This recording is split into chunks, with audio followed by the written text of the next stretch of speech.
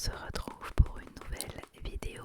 Attention, ambiance bleue, ce qui veut dire que c'est une lecture chuchotée.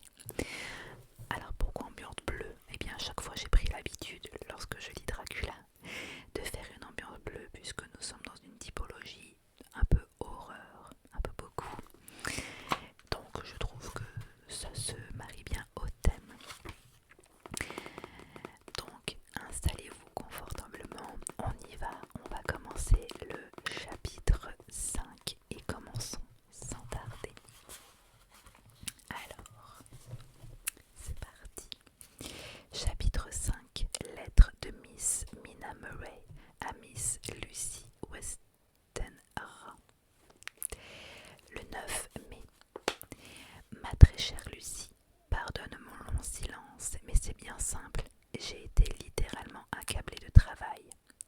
La vie d'une institutrice n'est pas toujours commode.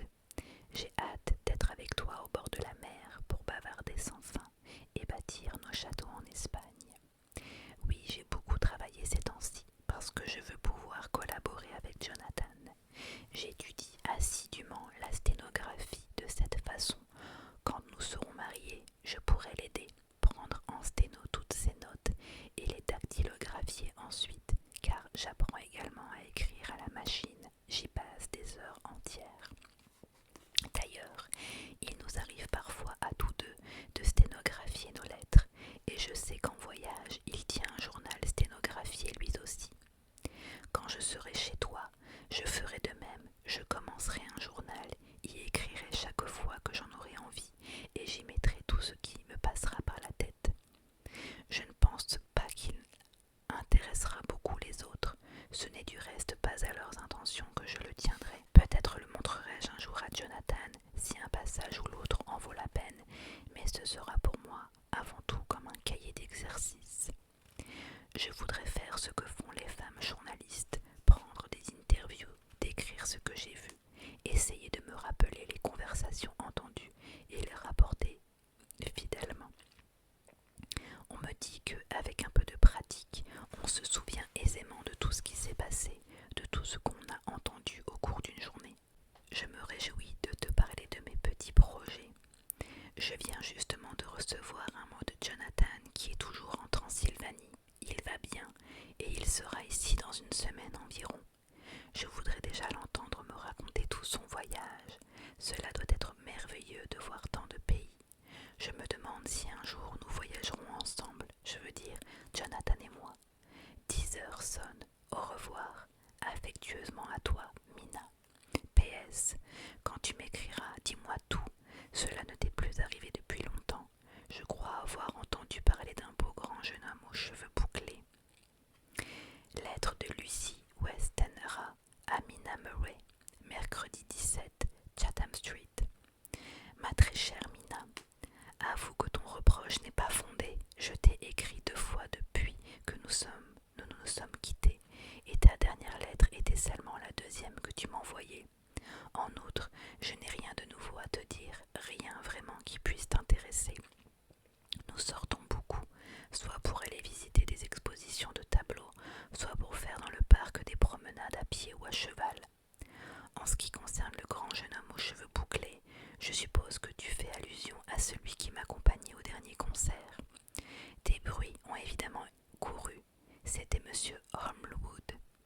Il vient souvent en visite chez nous, et maman et lui s'entendent très bien. Ils s'intéressent aux mêmes choses. J'y pense, nous avons récemment rencontré quelqu'un qui serait, comme on dit, fait pour toi si tu n'étais pas déjà fiancé à Jonathan. C'est un excellent parti, un jeune homme beau, élégant, riche et de très bonne naissance. Il est médecin et très intelligent. Figure-toi qu'il n'a que 29 ans et qu'il dirige un hospice d'aliénés très important. Monsieur Holmwood me l'a présenté et lui aussi maintenant a pris l'habitude de nous faire visite. Je crois que c'est l'homme le plus ferme, le plus résolu que je connaisse, mais en même temps le plus calme. Il semble être d'un caractère imperturbable. J'imagine le pouvoir étonnant qu'il doit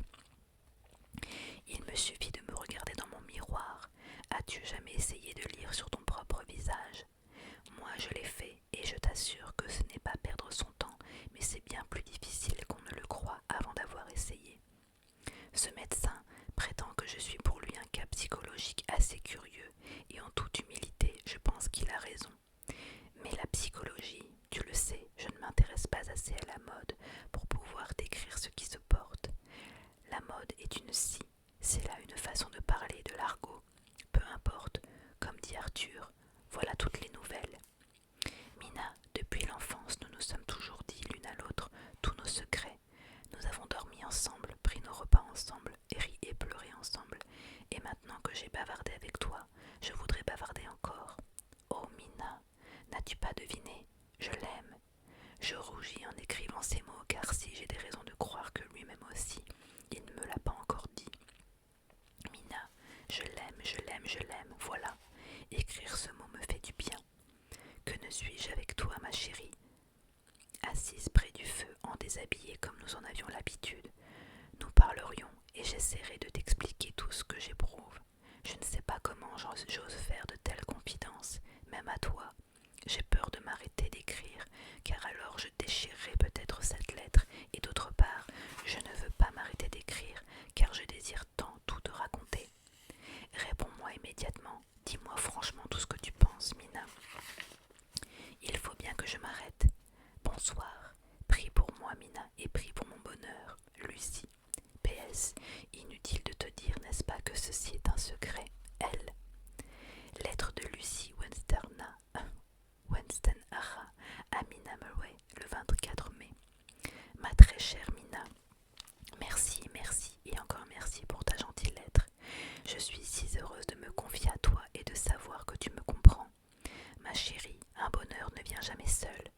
Comme les vieux proverbes disent vrai, j'aurai 20 ans en septembre, et jusqu'à ce jour, personne ne m'avait jamais demandé en mariage, du moins jamais sérieusement. Et voici qu'aujourd'hui, j'ai reçu 3 propositions de mariage. Oui, 3 propositions en une seule journée. N'est-ce pas terrible? Je suis si triste, si sincèrement triste pour 2 des pauvres garçons. Oh Mina, mon bonheur est tel que je ne sais que faire. 3 demandes en mariage. Ne le raconte surtout pas à nos amis. Elles pourraient se mettre en tête toutes sortes d'idées extravagantes, se croire offensées, dédaignées, si durant la première journée de vacances qu'elle passe chez elle, elle n'en recevait pas au moins 6. Il y a des jeunes filles si légères, si vaines, tandis que nous, ma chère Mina, qui sommes fiancées et sur le point de nous établir sagement dans le mariage, nous méprisons pareille vanité. Mais il faut que je te parle de tous les 3. Tu me promets, n'est-ce pas, de garder le secret? Jonathan, lui évidemment, tu peux le mettre au courant, lui seul, car s'il s'agissait de toi, moi j'en parlerais certainement à Arthur.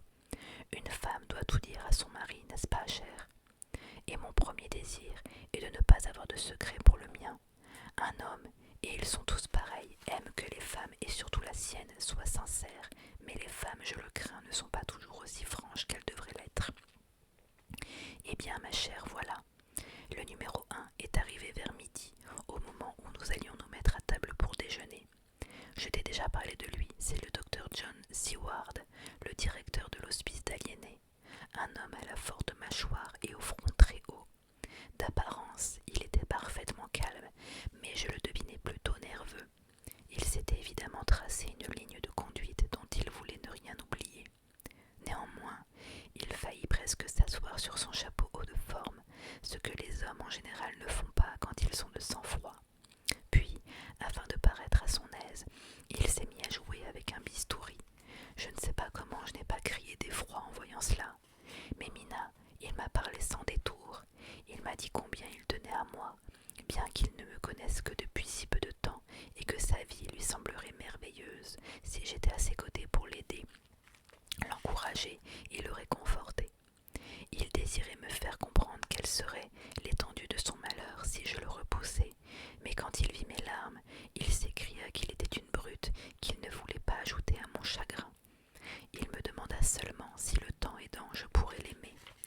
Je secouai la tête, ses mains se mirent à trembler, et non sans quelques hésitations, il chercha à savoir si j'aimais déjà ailleurs. Mais il s'exprima très poliment, disant que pour rien au monde, il ne voudrait m'arracher une confidence. Il demandait simplement si mon cœur était libre, parce que, dit-il, quand le cœur d'une femme est libre, l'homme qui l'aime peut garder quelques espoirs. Alors, Mina, j'ai senti qu'il était de mon devoir de lui avouer que, en effet, j'aimais quelqu'un. Aussitôt, il s'est levé, l'air très grave et toujours aussi calme, tandis qu'il me prenait les 2 mains en me souhaitant beaucoup de bonheur. Il ajouta que si j'avais jamais besoin d'un ami très dévoué, je pourrais compter sur lui. Oh, ma chère Mina, en t'écrivant, je ne puis encore m'empêcher de pleurer. Tu pardonneras, n'est-ce pas, les traces de mes larmes sur cette lettre.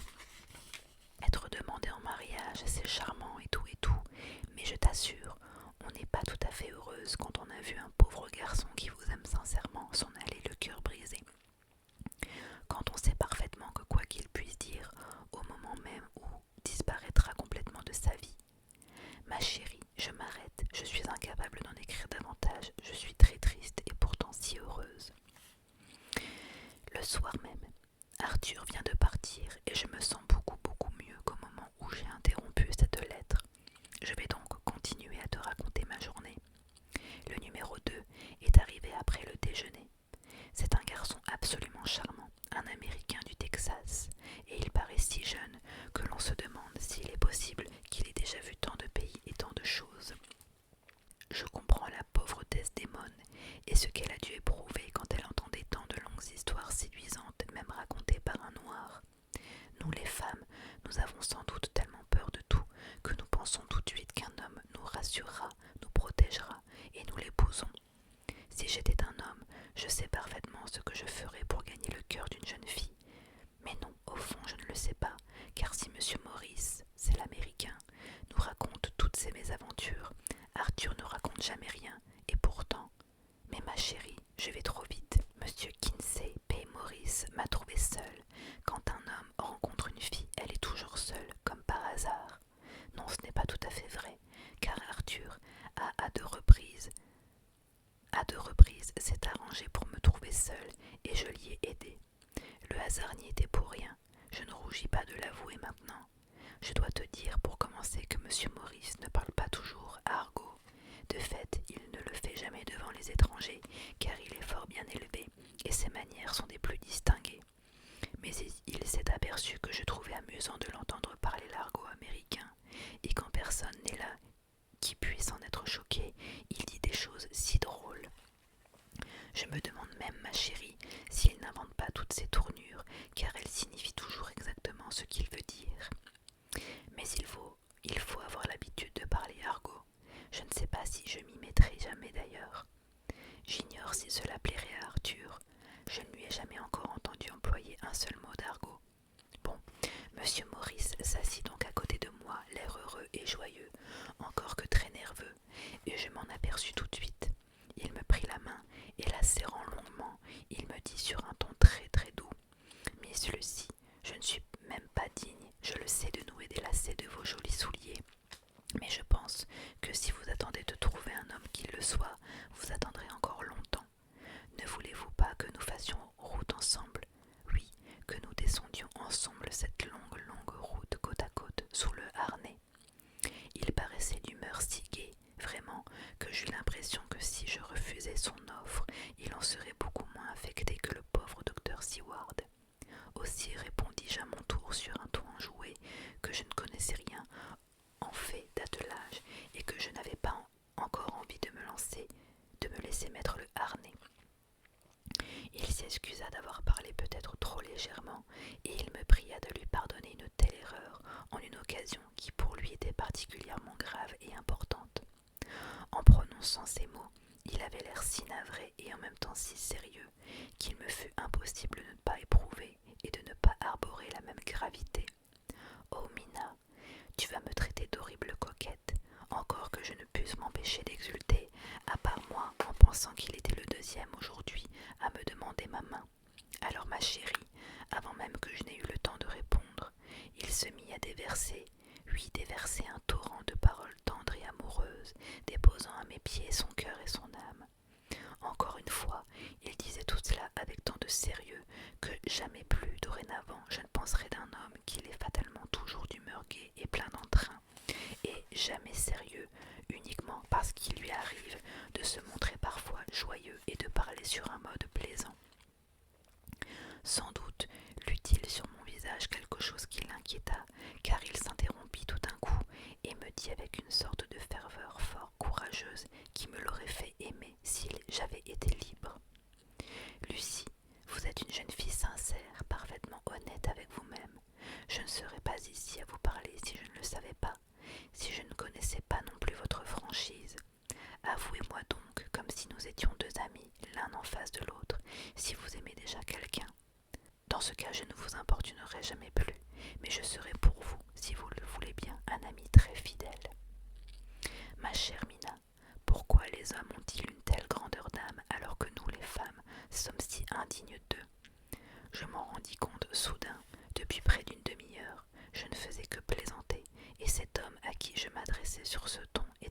distinction, la délicatesse même. Je fondis en larmes, car vraiment j'étais très triste, très malheureuse. Pourquoi une jeune fille ne peut-elle pas épouser 3 hommes, et plus même si elle en a l'occasion? Ne crois-tu pas que cela épargnerait bien des ennuis? Mais je le sais, ce ne sont pas là des propos à tenir. Seulement, je peux dire que malgré mes larmes, j'eus le courage de regarder M. Maurice dans les yeux et lui répondre avec cette franchise dont lui-même venait de parler. Oui, j'aime quelqu'un, bien qu'il ne m'ait pas encore dit, lui, qu'il m'aimait. Je compris tout de suite que j'avais eu raison de lui parler ouvertement, car son visage s'illumina. Il tendit les 2 mains, prit les miennes, je crois même que c'est moi qui mis mes mains dans les siennes, et me dit sur le ton le plus cordial: voilà une petite fille sincère et loyale. Il vaut beaucoup mieux arriver trop tard pour gagner votre cœur qu'arriver à temps pour gagner celui de n'importe quelle autre jeune fille de la terre. Ne pleurez pas, ma chère Lucie. Si c'est pour moi, n'ayez crainte. Je suis habituée au coup et saurai supporter celui-ci. Mais si cet autre garçon ne connaît pas encore son bonheur, eh bien, il devra prouver bientôt, qu'il s'en rend compte et l'apprécie, ou bien il aura affaire à moi. Ma petite fille, votre honnêteté, votre courage, votre sincérité vous ont acquis un véritable ami, ce qui est plus rare qu'un amoureux, plus désintéressé en tout cas. Ma chère Lucie, je vais devoir parcourir un chemin bien solitaire avant de quitter ce monde pour le royaume éternel. Ne me donnerez-vous pas un baiser, un seul? Ce sera pour moi un souvenir qui éclairera ma nuit de temps à autre. Dites-vous bien que vous pouvez me le donner si cela vous plaît, puisque cet autre jeune homme, ce doit être un très bon garçon. Lucie est très attachant, très fin, sinon vous ne l'aimeriez pas. Ne s'est pas encore déclaré. Ces derniers mots, Mina, m'attendrirent réellement. N'était-ce pas admirable de parler ainsi d'un rival, alors que d'autre part, il avait tant de chagrin? Je me penchai vers lui et lui donnai un baiser. Il se leva, mes 2 mains encore dans les siennes, et tandis qu'il promenait longuement les yeux sur mon visage, je sentais que je rougissais beaucoup. Il reprit: ma petite fille, je tiens vos mains dans les miennes, et vous m'avez donné un baiser. Si cela ne scelle pas notre amitié, rien ne le fera. Merci d'avoir été bonne et si sincère envers moi, et au revoir. Il laissa retomber mes mains, prit son chapeau et se dirigea d'un pas rapide vers la porte, sans jeter un regard en arrière, sans verser une larme, sans hésiter, sans s'arrêter. Et moi je suis ici à pleurer comme un bébé. Oh, pourquoi un homme comme celui-là doit-il être si malheureux quand il y a au monde tant de jeunes filles qui baiseraient le sol sur lequel il marche? Moi-même, je le ferais si j'étais libre. Seulement voilà, je ne désire pas être libre. Ma chérie, tout cela me trouble beaucoup, et maintenant je me sens incapable de te décrire mon bonheur, alors que je t'en ai déjà tant parlé, et je ne veux rien te dire du numéro 3 avant que mon bonheur ne soit entier. Ton ami pour toujours, Lucie. PS. Oh, le numéro 3, mais ai-je besoin de t'en parler du numéro 3? Tout est d'ailleurs si confus pour moi. Il me semble que quelques minutes à peine se sont écoulées entre le moment où il est entré au salon et celui où il m'a serrée dans ses bras et couverte de baisers. Je suis tellement heureuse, et je ne sais pas ce que j'ai fait pour mériter ce bonheur. J'essaierai seulement désormais de prouver à Dieu que je lui suis reconnaissante de m'avoir envoyé dans sa bonté infinie un amoureux, un mari et un ami. Au revoir. Journal du docteur Seward, enregistré sur phonographe le 25 mai. Assez déprimé aujourd'hui, pas d'appétit, impossible même de me reposer. Alors j'en reviens à mon journal. Depuis que ma demande en mariage a été repoussée hier, j'ai l'impression de vivre dans le vide. Plus rien ne me semble assez important pour mériter que l'on s'en occupe. Comme je sais que le seul remède à ces détails, le travail, j'ai rassemblé tout ce qui me restait de force et je suis allée voir mes malades. J'en ai examiné un dont le cas me paraît particulièrement intéressant. Son comportement est si bizarre que je suis maintenant bien décidée à faire tous les efforts nécessaires pour essayer de comprendre ce qui se passe en lui. Il me semble enfin que je commence à pénétrer son mystère.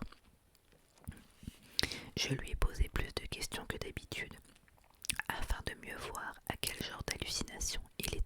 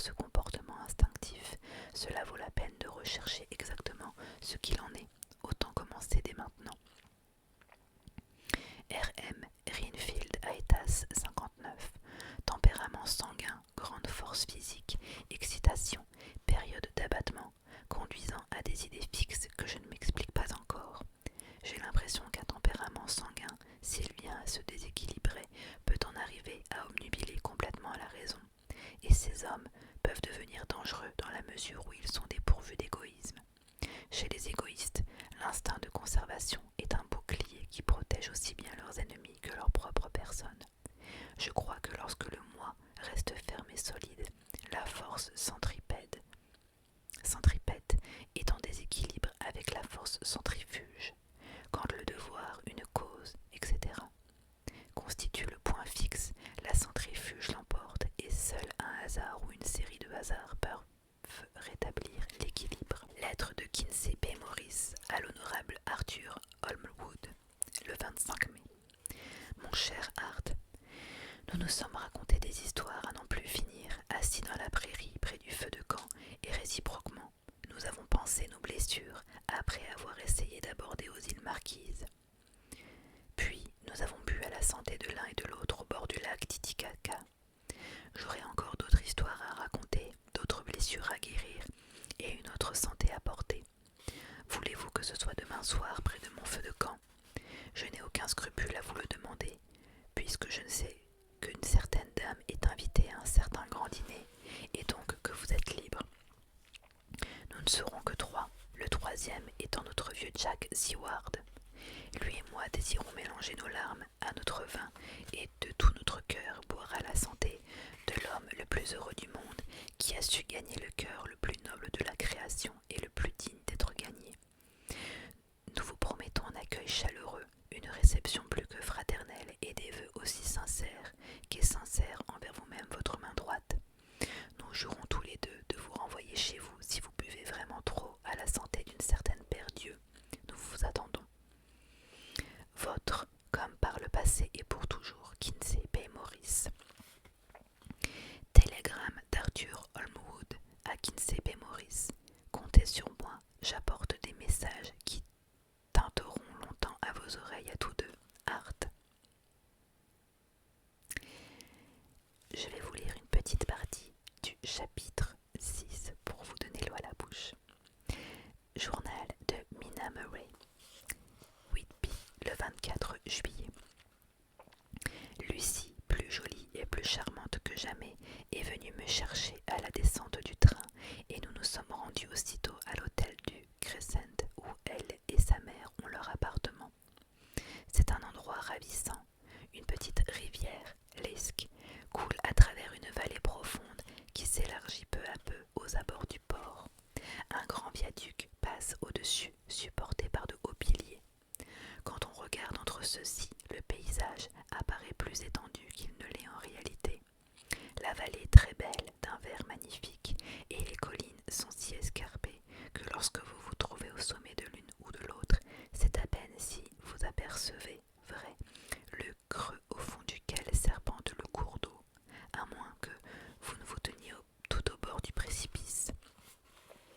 Les maisons de la vieille ville sont toutes coiffées de toits rouges et semblent grimper les unes sur les autres, comme on le voit sur les gravures qui représentent Nuremberg.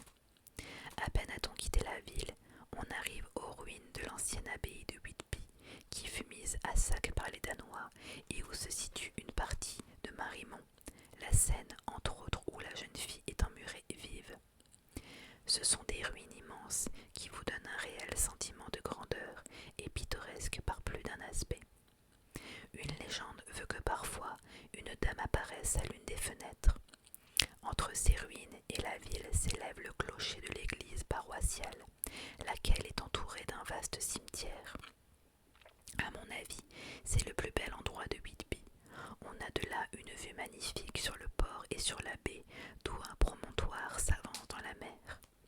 Dans le port, ce promontoire devient si abrupt que les bords se sont éboulés et que certaines tombes, car le cimetière se prolonge jusque-là, ont été détruites.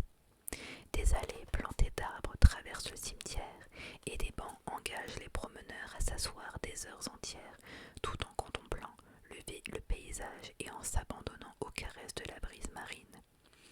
Moi-même, je viens souvent m'y installer pour travailler. En fait, je suis assise en ce moment sur un de ces bancs et j'écris, mon cahier sur mes genoux, non sans écouter cependant la conversation de 3 vieillards près de moi qui sans doute n'ont rien à faire de toute la journée que se réunir ici pour parler de la pluie et du beau temps. À mes pieds, c'est le port, et au-delà, un long mur de granit qui s'enfonce dans la mer et finalement dessine une courbe au milieu de laquelle se dresse un phare. Le paysage est admirable à marée haute, mais quand la mer se retire, on ne voit plus en fait d'eau que l'esque qui coule entre les bancs de sable en contournant çà et là un rocher. Plus loin que le port, mais de ce côté-ci, s'élève sur la longueur d'environ un demi-mile un haut banc de rocher qui part de derrière le phare. Au bout se trouve une bouée munie d'une cloche qui sonne lugubrement par le gros temps. Une légende locale veut que lorsqu'un bateau est perdu, les marins entendent cette cloche jusqu'en haute mer. Il faut que je demande à ce vieillard qui vient vers moi si cela est vrai. C'est un vieil homme extraordinaire. Il doit être terriblement âgé car son visage est tout ridé, tout rugueux comme l'écorce d'un arbre. Il m'a dit qu'il a près de 100 ans, qu'il se trouvait sur un bateau de pêche au Groenland lors de la bataille de Waterloo. Et c'est, je le crains, un sceptique, car lorsque je lui ai parlé de la cloche que l'on entend jusqu'en haute mer et de la dame en blanc de l'abbaye, il m'a répondu assez brusquement: « Vous savez, mademoiselle, moi je n'y crois pas trop à toutes ces histoires. C'était bon autrefois. Remarquez, je ne dis pas que ça n'a jamais existé, je dis que ça n'existe déjà plus de mon temps. Tout ça c'est très bien pour les étrangers, mais pas pour une jolie jeune dame comme vous. Les gens qui viennent à pied de York et de Leeds et qui sont toujours à manger des harengs, sorts et à boire du thé et à regarder ce qu'il y a acheté bon marché, y croiraient peut-être, mais je me demande qui pourrait se mettre en peine pour leur raconter des mensonges pareils, même pas les journaux qui sont pleins de sottises. Je me dis, voici un homme dont on peut sans doute apprendre beaucoup de choses intéressantes, et je lui demandai de me parler de la pêche à la baleine, telle qu'on l'a pratiquée autrefois. Au moment où il allait commencer ses récits, 6 heures sonnèrent. Aussitôt, il se leva péniblement en disant: « Faut rentrer à la maison, mademoiselle. Ma petite fille n'aime pas d'attendre quand le thé est prêt, et il me faut beaucoup de temps pour descendre les marches. » Il s'en alla en traînant la jambe, et je le suivis des yeux, tandis qu'il se pressait